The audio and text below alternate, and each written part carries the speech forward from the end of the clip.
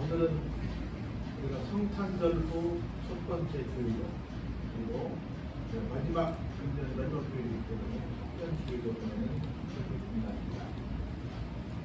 계속해서 성탄절 2부부터 시작해서 성탄에 대한 쭉 설명하고 있는데 오늘 계속 연장선에서 그 얘기하면서 예수님이 어떤 목적을 갖고 오셨는가를 생각해 보는 시간 갖도록 보겠습니다. 우리 모두는 잘 살기를 소망합니다. 우리 옛날 노래 가운데 잘 살아보세 잘 살아보세 우리도 한번 잘 살아보세 이런 노래를 아주 애국가 부르듯이 힘차게 불렀던 적이 있었습니다. 지금은 다들 잘 살아서 그런지 그 노래 잘 안 부르는데 옛날에 많이 불렀던 기억이 있습니다. 여러분도 아마 기억을 했다고 생각이 드는데요.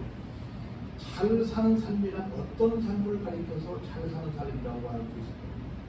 여러 가지로 많이 말할 수 있겠지만 한 가지가 뭐냐면 내가 살아가는 분명한 목적을 아는 사람, 그리고 그 목적에 따라서 그 목적 달성을 위한 분명한 목표를 세우고 사는 사람, 그리고 그 목표를 위해서 그 목표 달성을 위해서 적극적으로 실천하는 사람, 이런 사람을 가리켜서 잘 사는 삶이라고 말할 수 있지 않을까 생각이 듭니다. 목적도 없고 목표도 없고 실천도 없으면서 나는 잘 살고 있어 라고 말하는 것은 좀 억지가 아닐까 하는 생각이 듭니다. 그런 맥락에서 성도라고 하는 것은 교회를 나오는 목적이 무엇인지 아는 사람이어야 한다. 그래서 정상적인 성도는 교회에 나오는 목적이 뭔지 또 그 목적 달성을 위해서 어떤 목표를 세워야 하는지를 아는 사람이다. 이렇게 말씀드릴 수 있습니다. 그러면 성도는 어떤 사람이냐? 대전제가 같은 사람이에요. 어떤 사람이냐면 우리 모든 인류는 죄인이다. 우리 뭐 성선설 있고 성악설 있고 이런 말들인데 우리 교인들은 모두가 다 어떤 사람이든 누구를 불문하고 저 사람은 뭐다? 죄인이다 라고 하는 전 이해를 갖고 시작하는 사람들이다 라고 하는 겁니다. 그래서 교회는 누구만 모인 것이다? 죄인만 모인 것이다. 교회 와서 죄인이 아닌 어떤 거룩한 사람이 있기를 기대하는 것은 잘못된 겁니다. 교회는 모두가 다 누구예요? 죄인이에요. 서로가 죄인이에요. 그래서 서로가 죄인이라고 하는 것은 나도 죄인이기 때문에 다른 사람에 대해서 막 죄를 지적하거나 손가락질하거나 다른 사람을 비난할 수 있다 없다? 없다. 왜? 나도 같으니까. 근데 교회 안에 얼마나 잘못된 일들이 많은지 그 중에 한 가지가 뭐냐면 이 세상의 심판자는 오직 하나님 한 분밖에 계시지 않습니다.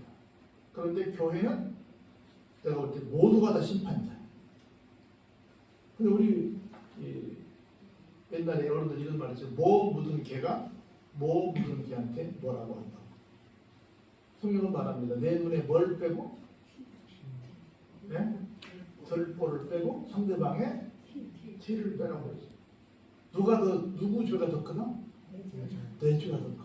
이걸 알고 사는 교인이 얼마나 있을까 싶어요. 이걸 알고 사는 교인이 얼마나 있을까. 성경은 알아. 근데 실제 내가 살아가는 삶의 자리에서 나는 죄인이고 사실은 내 죄가 제일 크다 라고 말하고 고백하는 사람이 어디 있을까. 그 고백한 유명한 사람 다 누가 있지? 바울이 그랬죠. 나는 죄인 중에 괴수라고 그랬죠. 근데 내가 볼 때는 내가 만난 모든 지상의 성도들은 바울보다 위대해. 100%가 바울보다 위대해. 목사님 나 정도는 잘하는 거 아니에요? 나 옛날에는 주일 낮에밖에 안 나왔어요. 요새는 내가요 주일 찬양으로 나와요. 나 대단한 사람이에요. 이렇게 말하는 사람이 있어. 나한테 직접. 우리 모두는 세상에서 나보다 더 나쁜 놈이 없는 가장 큰 죄인이다라고 인정하고 사는 것이 정상적인 신앙입니다. 신앙이 깊어진다는 건 뭐냐면 성경을 알면 알수록 뭐가 더 보여요? 내가 진짜 나쁜 놈이네. 신앙이 깊으면 깊을수록 내가 나쁜 놈이라는 것이 보이는 게 신앙이 깊은 거예요. 근데 나 정도면 괜찮네라고 하는 것은 신앙이 잘못된 거예요. 그래서 모든 사람은 죄를 해결해야 한다는 것을 알아야만 합니다. 왜냐하면 죄는 뭐니까? 고통을 가져오는 나쁜 놈이기 때문에. 사람들은 모두 다 어떻게 알기를 원해요? 잘 살기를 원해요. 고통 없이 살기를 원해? 행복하기를 원해? 그럼 뭐가 없어야 돼요? 죄가 없어야지. 근데 죄를 청산할 수 있는 길은 뭐밖에 없다는 거예요? 예수님밖에 없다는 거죠.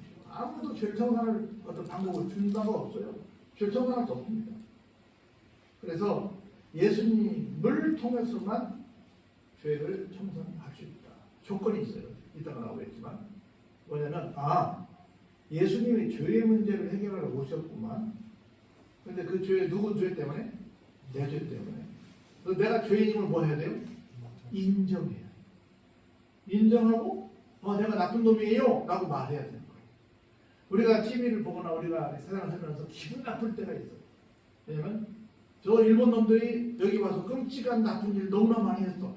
일제 36년뿐이 아니라 임제자는 7년뿐이 아니라 중간중간 나쁜 일 얼마나 많이 했는지 몰라. 그래서 저놈들이 우리한테 잘못했어요 라고 말한 적이 있어요? 없어요? 한 번도 없어요. 오히려 자기들이 잘 살아서 우리를 더 잘 살게 해주려고 왔다는 거 너무 말이 안 되는 소리로 그러지 절대로 잘못했다고 말 안 해. 그리고 우리가 아는 유명한 사람들이 방송에 나와가지고 죄가 다 드러났어. 그래갖고 뭐 법에서도 죄인이라고 다 언도를 내렸어. 그래갖고 깜빵까지 갔어. 그런데도 죽어도 뭐라 그래? 잘못했다고 안 해. 뻔뻔하게 막 끝까지 잘못했다고 안 해. 이런 모습 보면 여러분 어때요? 막 저런 나쁜 사람이 있나? 저런 나쁜 나라가 있나? 막 화를 내야 내요? 그러잖아요. 우리 화를 내잖아요. 모두가 공분을 사잖아요. 그런데 나는 죄인이라는 것을 인정하지 않아. 다른 사람에 대해서 막 인정하지 않고 막 뭐라 그러면서 나는 인정하지 않아. 다른 사람도 물론 해야 되지만 누구부터 해야 된다? 나부터 해야 돼. 내가 죄인이구나. 내가 그렇구나. 그래서 성도란 인간의 실존을 정확하게 파악하고 그걸 해결해 나가는 사람이다 라고 하는 거예요. 오늘 그 목적과 목표를 분명히 본문의 말씀을 읽어가면서 깨닫길 바랍니다. 볼까요? 자, 예수님이 태어나실 무렵에 태어나신 상황이죠. 동방에서 박사들이 왔죠. 우리 지난 설교했죠. 와가지고 나사렛이 아니죠. 이쪽에 새로운 목자 왕이 태어났다는데 어디 계시오라고 궁에 가서 물었잖아요. 그래서 다 조사해보니까 성경에 어디에 나와있다고 그래요? 베들레헴이라고 하는 곳에서 태어난다는 정보를 듣게 됐잖아요. 그래가지고 그 소식을 듣고 베들레헴으로 가서 다 이제 보비압을 얻어서 선물도 드리고 하고 갔잖아요. 그리고는 다시 꿈에 하나님께서 지시하셔서 어떻게 했어요? 헤롯에게 가지 않고 다른 곳으로 가서 공국으로 갔잖아요. 거기에 봤잖아요. 그걸 전제를 해서 보세요. 이에 헤롯이 박사들에게 속은 줄 알고, 왜냐면 베들레헴하고 예루살렘은 별로 멀지 않거든요. 지금쯤이면 찾았을 거야. 지금쯤이면 다 볼일 보고 돌아와서 나한테 보고했을 거야 라고 하는 시간이 충분히 지난 거야. 근데 하나 이놈들이 우리를 속이고 도망갔구나. 이건 아닌 거야. 시비도 했어. 헤롯 왕이. 그래가지고 사람을 보내서 그쪽에 이번에 2살 이하 지금 갓 태어났는데 2살도 안 돼서 사실 갓 태어났는데 혹시 모르니까 2살 이하 사내의 애들은 모두 다 어떻게 해라? 죽여버려. 그래서 끔찍한 살인 사건이 이 베들레헴에서 발생했죠. 죽였어요. 그랬더니 이에 선지자 에레미야가 이렇게 말합니다. 라마에서 슬퍼하며 크게 통곡하는 소리가 들렸는데 라헬은 그 자식이 없으므로 위로받기를 거절했다. 왜요? 이미 죽었으니까. 죽었는데 무슨 위로가 되겠어요. 이런 일이 실제 거기서 일어났다. 그래가지고 헤롯이 죽은 후에 주의 사자가 애굽에서 현동하게 돼요. 자, 거절했어요. 그래가지고 헤롯이 이제 다시 도망을 갔죠. 여러분 얘기했듯이 도망을 가가지고 어디로 갔어요? 애굽으로 갔잖아요. 그 다 도망온 사이에 그 난리가 이제 애굽에 있는 사이에 예수님께서 애굽에 계신 사이에 이 베들레헴에서는 그 끔찍한 일이 생기게 된 거야. 그래서 세월이 흘러서 어떻게 되니까 헤롯이 죽었어요. 그래서 주의 사자가 이렇게 말합니다. 요셉에게 너희를 찾아 죽이려고 찾았던 누가 헤롯이 죽었으니까 아기와 엄마를 데리고, 다시 말해서 예수님과 마리아를 데리고 어디로? 다시 이스라엘 땅으로 들어가라, 이렇게 말씀을 하십니다. 그런데 이스라엘 땅으로 들어왔어요. 들어갔는데 가서 보니까 어떤 일이 생겼어요? 아버지 헤롯은 죽었는데 아버지 대를 이어서 누가? 아켈라오가. 그 아들이 뭐가 됐어요? 유대의 왕이 되어 있는 거예요. 남쪽의 왕이 되어 있는 거예요. 그래가지고 다시 고향으로 가면 부전자전이라고 아버지도 그랬는데 아들도 틀림없이 그 못된 성향을 닮아서 그런 짓을 할 거야 라고 생각을 해도 어떻게 했어요? 베들레헴으로 돌아가기를 무속을 했습니다. 어떻게 할까요? 무속하니까 하나님께서 어떻게 말씀하세요? 야, 그러면 이 베들레헴은 남쪽입니다. 그리고 갈릴리는 북쪽이에요. 그러면 북쪽으로 올라가라 라는 말씀하십니다. 갈릴리 지방으로 떠나가라. 그래가지고 갈릴리 올라가니까 그 갈릴리 동네에 무슨 동네가 있어요? 아산시에 송악이 있는 것처럼 갈릴리에 나사렛이라는 동네가 있어요. 거기에 가서 살게 됩니다. 그럼 이것도 마찬가지예요. 선지자가 하신 말씀이 어때요? 예수님을 나사렛 사람이라고 칭하려고 그렇게 부르셨다는 말씀에 또 역시 성취된 일이 되었다는 겁니다. 여기까지가 예수님이 태어나셨고 하마터면 돌아가시면서 그 도망갔고 다시 죽이려 했던 왕에서 죽어서 돌아왔고 근데 아들이 다시 또 왕이 돼서 거기 살 수 없다고 다시 방향을 바꿔서 북쪽으로 가서 다시 피난살이 또 하는 거야. 거기서 살게 되셨다. 언제까지? 거기서 30살까지 사시게 됐다는 얘기를 합니다. 이렇게 해서 이제 예수님은 잠시 동안 무대에서 물러나십니다. 그리고 누가 등장을 해요? 그때에 세례 요한이 등장을 합니다. 예수님보다 세례 요한이 먼저 등장을 하잖아요. 세례 요한이 등장해서 어디로 나타나요? 세례 요한이 유대 광야에서 얘기합니다. 이스라엘에 지금 이제 계속 남쪽을 말하는 거예요. 남쪽에 지금 말씀드린 약간 서쪽으로 예루살렘이 있어요. 그래서 약간 동쪽으로 내려오면 여러분이 아시는 여리고가 있어요. 그 조금 더 내려오면 사해가 있어요. 거기서 조금 더 오른쪽으로 가면 여러분이 아시는 요르단이 있어요. 지금은 예수님께서 세례 요한이 예수님이 세례를 받으셨던 곳, 세례 요한이 활동했던 곳이 지금은 요르단 땅이야. 우리는 성지순례를 가면 이스라엘 가지만 사실은 이게 비슷한 곳에 예수님의 그 세례받은 곳이라고 소개를 하는데 사실은 지금 현재 지명으로는 요르단에 있어요. 그쪽에 그 세례 요한이 터를 잡고 거기서 그 복음을 전파하는 거예요. 해요. 여러분이 잘 아시는 것처럼 세례 요한은 아버지가 누구예요? 제사장입니다. 그래서 제사장은 이 당시에 기득권층이에요. 그래서 먹고 사는 게 충분히 부족함이 없는 사람입니다. 자기 집에 있으면 정말 출세가 보장된 사람이에요. 그런데 이 사람에게 하나님께서 놀라운 심부름을 시키대요. 그렇게 해서 출생부터 시작해서 특별한 경험을 하게 되잖아요. 그렇게 해서 자기 집에서 자기의 모든 호의무시 감추는 것들을 다 벗어 던지고 어디로 와요? 그 광야로 와요.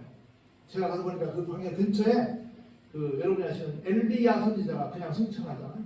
거기서 승천해요. 거기가 그냥 광야야. 뭘 화려하지도 않은 그냥 이렇게 지금처럼 황량한 벌판 같은 그런 곳인데 거기에 강가가 있어서 거기서 세례를 주고 그쪽에서 그냥 허허벌판 같은 그런 곳이에요. 거기서 그냥 세례 요한이 산 거야. 그래서 유대 광야에서 전파를 하는데 뭐라고 했어요? 세례 요한이 회개하라 천국이 가까워요. 세례 요한도 그랬고 예수님도 그랬고 첫 번째 하신 말씀이 뭐예요? 회개하라 천국이 가까워. 얘기를 한 거예요. 회개합시다. 그래서 함께 어디 갑시다? 천국 갑시다. 아까 제가 처음에 얘기했죠. 우리 모두는 뭐다?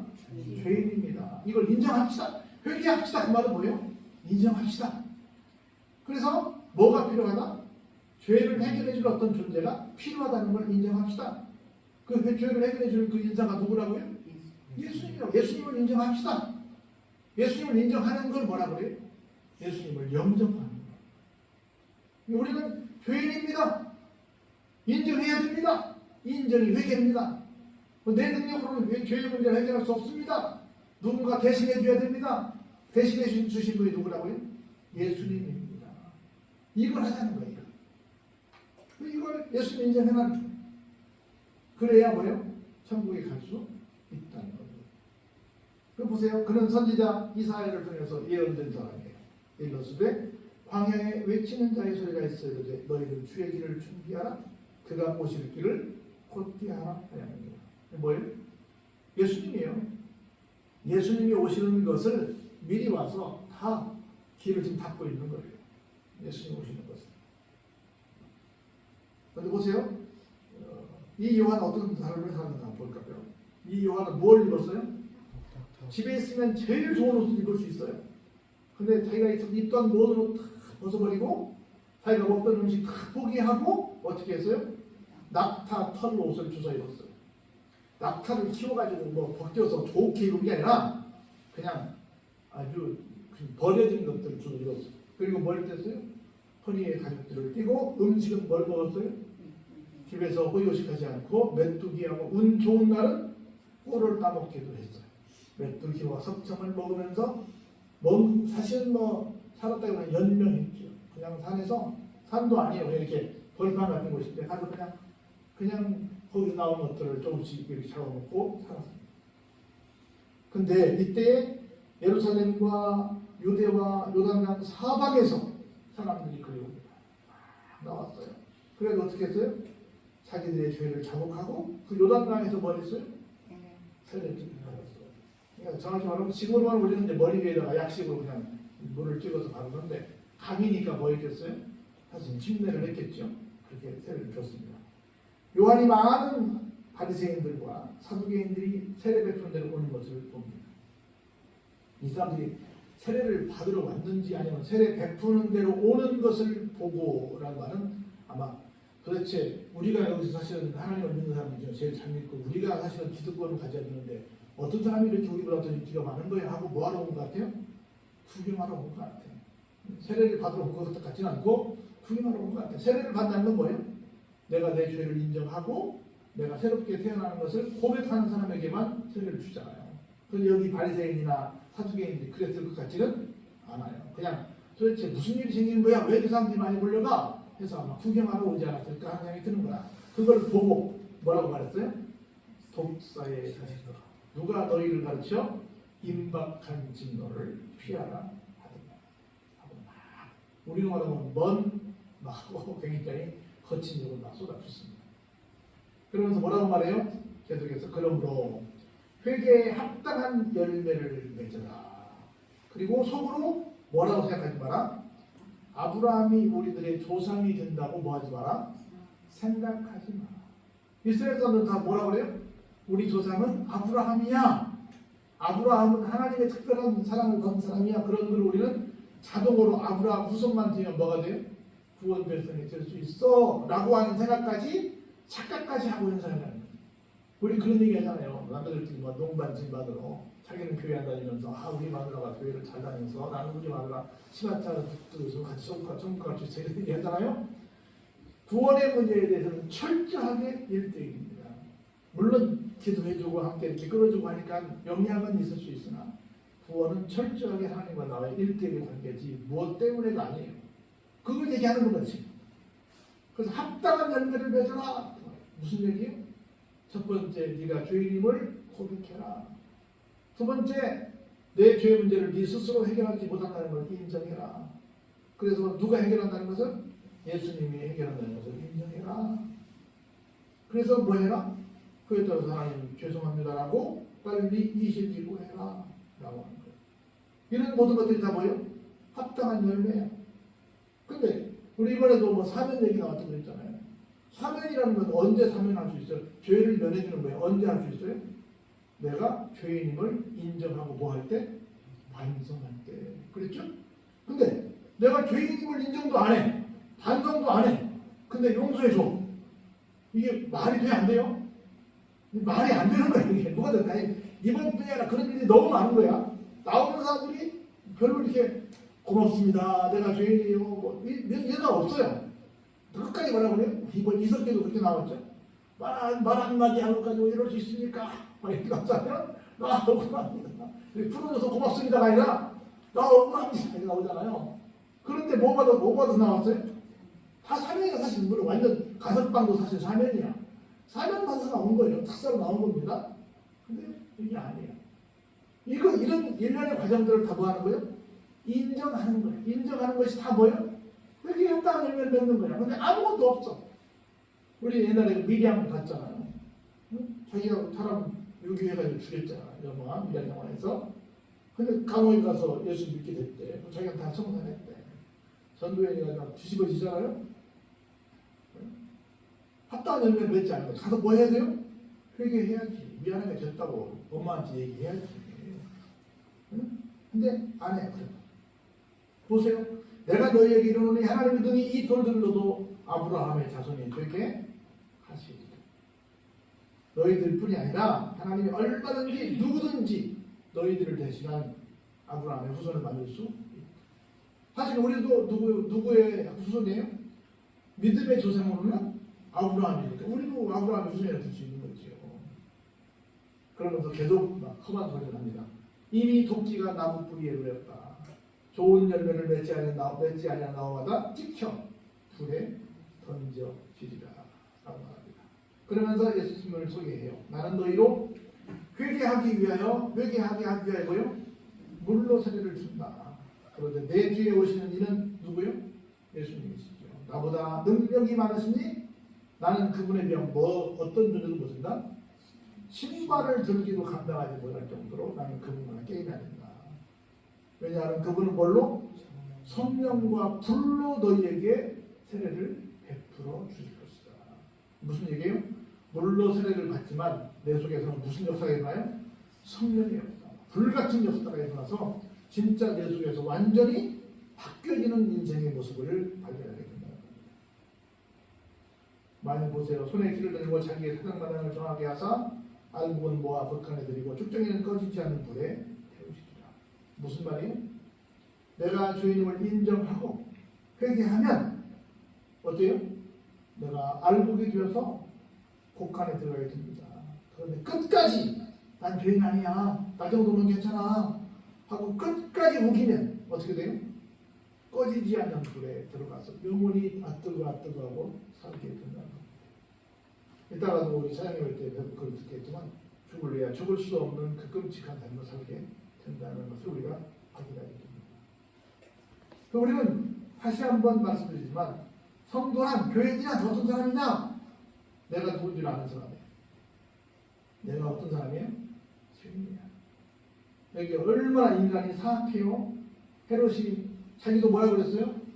샷끌랑 나한테도 좀 기회를 달라. 나도 가서 뭐 하겠다? 경배하겠다 그랬잖아요. 근데 자신은 어떻게 했어요? 죽이고. 이게 인간의 실종이야. 왕이 됐든 뭐가 됐든 간에 이렇게 인간이 나쁜 거야. 그 사람뿐이 아니라 모두가 다 이래요. 내 앞에 나를 걸붙이는 모든 것들은 다 어때요? 다 정적으로 알고 다 죽여요. 이런 걸 우리 역사에서 너무나 많이 봤잖아요. 이 인간이 다 똑같은 그런 속성입니다. 그래서 인간 모두가 다 너나 나나 할 것이 뭐다? 죄인이구나. 이걸 깨닫는 것이 제일 중요합니다. 그래서 내가 회개에 합당한 열매를 맺어서 꺼지지 않는 불에 들어가지 않고 정말 하나님의 창고에 들어가는 삶이 되겠다. 천국 가면 안 되겠다. 하는 걸 생각하고 가는 것이 잘 사는 삶이라는 거죠. 우리 1년을 풀어봤어요. 잘 살아왔는지 못 살아왔는지를 이 기본을 알고 살아왔으면 잘 산 거고 이 기본을 모르고 살았다면 죄송하지만 잘 살았다고 말씀드릴 수 없다는 거예요. 세월이 갈수록 내가 이것이 잘 사는 거구나. 이걸 내가 분명히 알고 사는 것이 잘 사는 거구나. 이걸 깨닫고 사시길 주의 이름으로 축원합니다. 은혜가